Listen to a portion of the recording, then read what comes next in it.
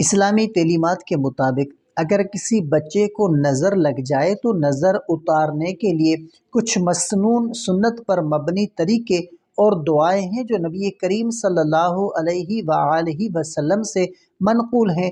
نظر اتارنے کے لیے کچھ مؤثر اور آسان طریقے آج کی اس ویڈیو میں آپ کے ساتھ شیئر کروں گا، تو توجہ کے ساتھ سنیے گا۔ سب سے پہلی بات کہ سورۃ الفلق اور سورۃ الناس پڑھ کر دم کرنا۔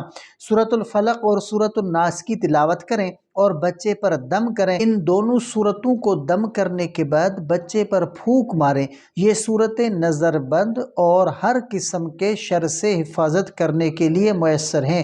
اور دوسری بات کہ 3 بار کل شریف سورہ اخلاص، سورۃ الفلق اور سورۃ الناس پڑھنا۔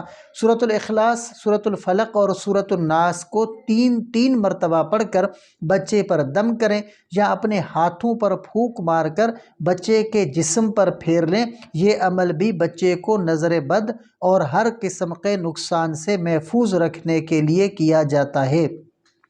اور تیسرا طریقہ کہ آیت الکرسی کا دم۔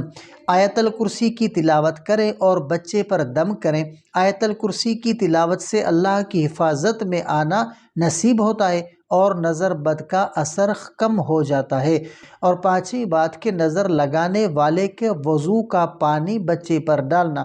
ایک طریقہ جو نبی کریم صلی اللہ علیہ وآلہ وسلم نے نظر اتارنے کے لیے فرمایا وہ یہ ہے کہ اگر معلوم ہو کہ نظر کس نے لگائی ہے تو اس شخص کو وضو کرنے کے لیے کہا جائے اور اس کے وضو کا بچا ہوا پانی جو ہے وہ بچے پر ڈال دیا جائے۔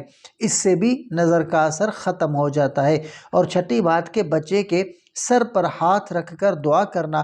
نبی کریم صلی اللہ علیہ وآلہ وسلم بچوں کے سر پر شفقت سے ہاتھ رکھ کر دعا فرمایا کرتے تھے۔